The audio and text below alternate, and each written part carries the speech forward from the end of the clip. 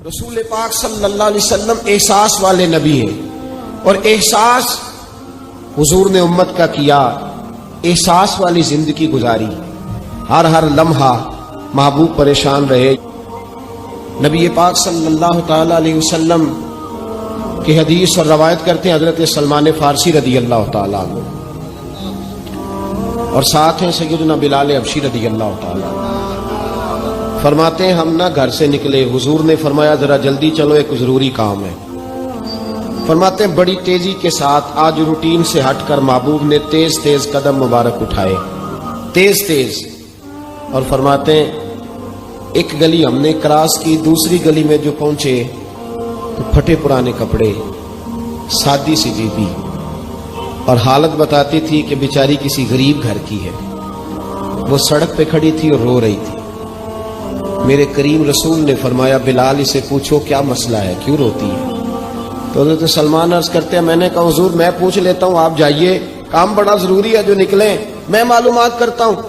تو محبوب نے فرمایا نہیں، اس کے آنسو پوچھنے سے ضروری کوئی کام بھی نہیں، پہلے اس کی داد رسی ہوگی، اسے پہلے پوچھا جائے گا۔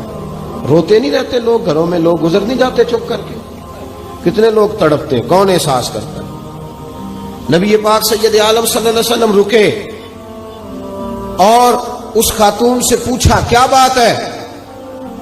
اس نے کہا کہ بات کوئی بھی نہیں، میرا ایک ہی موٹا سا مسئلہ ہے۔ کہا وہ کیا؟ کہنے لگی میں غریب ہوں، اور غریبی بذات خود بہت بڑا گناہ ہوتی ہے، لوگ بڑا جرم سمجھتے ہیں اس کو بذات خود۔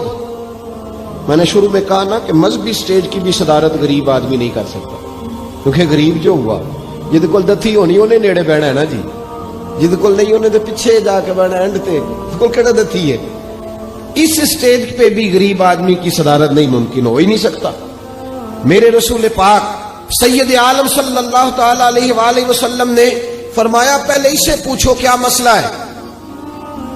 وہ کہنے لگی میں غریب ہوں، بوڑھی ہو گئی ہوں، ساری زندگی غلامی میں گزاری ہے، تیل لینے آئی تھی 5 دینار کا، بوتل میں تیل بھروایا ہے، اور اب بوڑھی ہوں نا تو کمر درد کرتی ہے، پیر پیچھے موڑا ہے تو میں گری ہوں، تیل زمین پی گئی ہے، اب زمین تو واپس نہیں کرتی، لیکن واپس جاؤں گی تو ایک یہودی عورت کی ملازمہ ہوں، وہ درے سے مارے گی، کھال ادھیڑ دے گی، میں بڑی پریشان ہوں، اب نہیں مار کھائی جاتی، ہڈیاں بوڑھی ہیں، قربان جاؤں۔ حضرت بلال کو حضور نے حکم دیا، فرمایا دوڑ کے گھر جا 5 دینار لا۔ فرماتے ہیں 5 دینار لائے، تیل خرید کے دیا، وہ پھر رونے لگی۔ فرمایا آپ کیوں روتی ہے؟ اس نے کہا بتایا نا غریب ہوں، غریب کا جرم کوئی نہیں ہوتا، لیکن پیس دیا جاتا ہے، پھر بھی مار تو اب بھی پڑے گی، اب کیوں پڑے گی؟ تو عرض کرنے لگی محبوبہ مار اس لیے پڑے گی کہ دیر سے کیوں آئی ہے۔ تو میرے کریم رسول اور وہ بی بی حضور ابھی آئے ہیں مدینہ طیبہ، امام یوسف صالحی فرماتے ابھی آئے تھے حضور، سبل الہدی والرشاد کے مصنف کہتے ابھی آئے تھے نبی پاک، وہ جانتی بھی نہیں تھی۔ تو سید عالم صلی اللہ تعالی علیہ وسلم نے فرمایا اچھا مار پڑے گی؟ کہا ہاں۔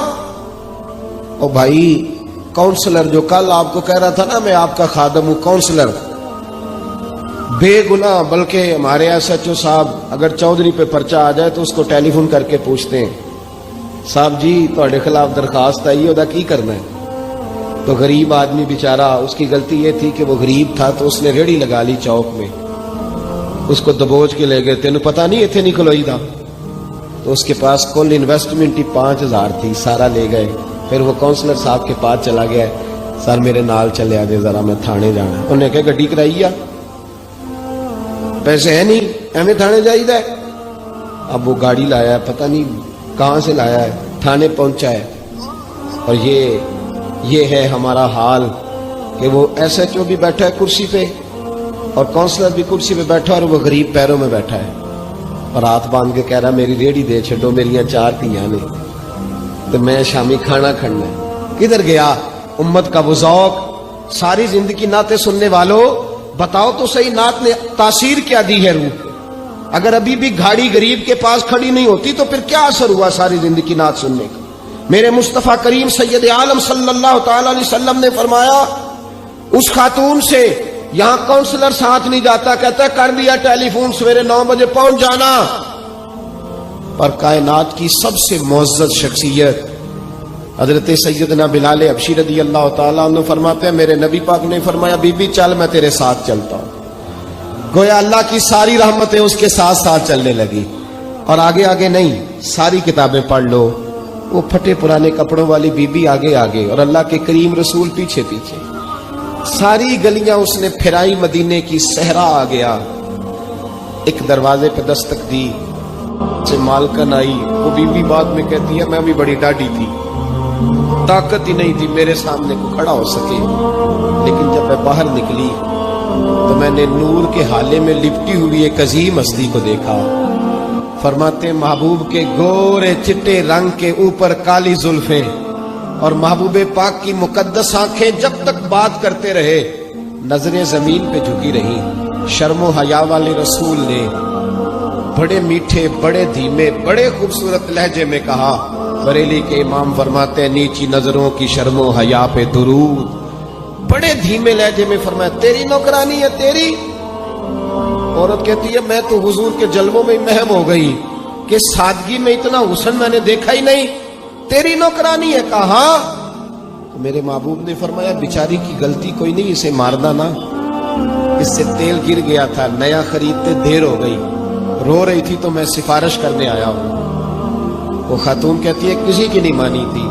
اور محبوب کے جملوں میں تاثیر اتنی تھی ککھ سواد نہیں مشری اندر اسا کھنڈا می چکھ ڈٹھیاں انہاں ساریاں شہواں نالوں گلاں سجن دیاں مٹھیاں.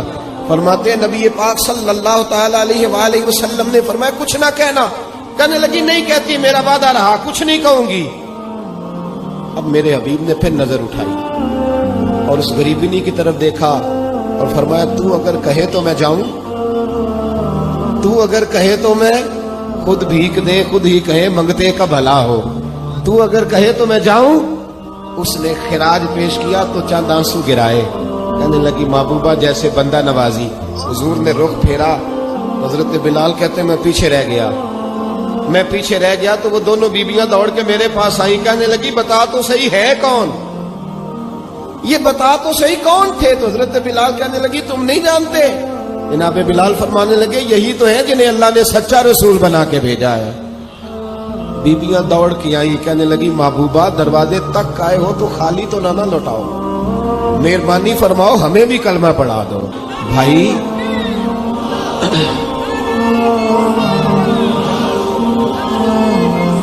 اگر دولت احساس ہے نا پھر تو زندہ ہے. جو زندہ ہوتا ہے اس میں لچک ہوتی ہے، جو مر جاتا ہے وہ اکڑ جاتا ہے. اگر زندگی ہے تو پھر احساس ہونا چاہیے. اگر تیرے اندر زندگی ہے تو پھر احساس ہے، اور اگر تیرے اندر احساس نہیں رہا نا تو پھر زندگی زندہ دلی کا نام.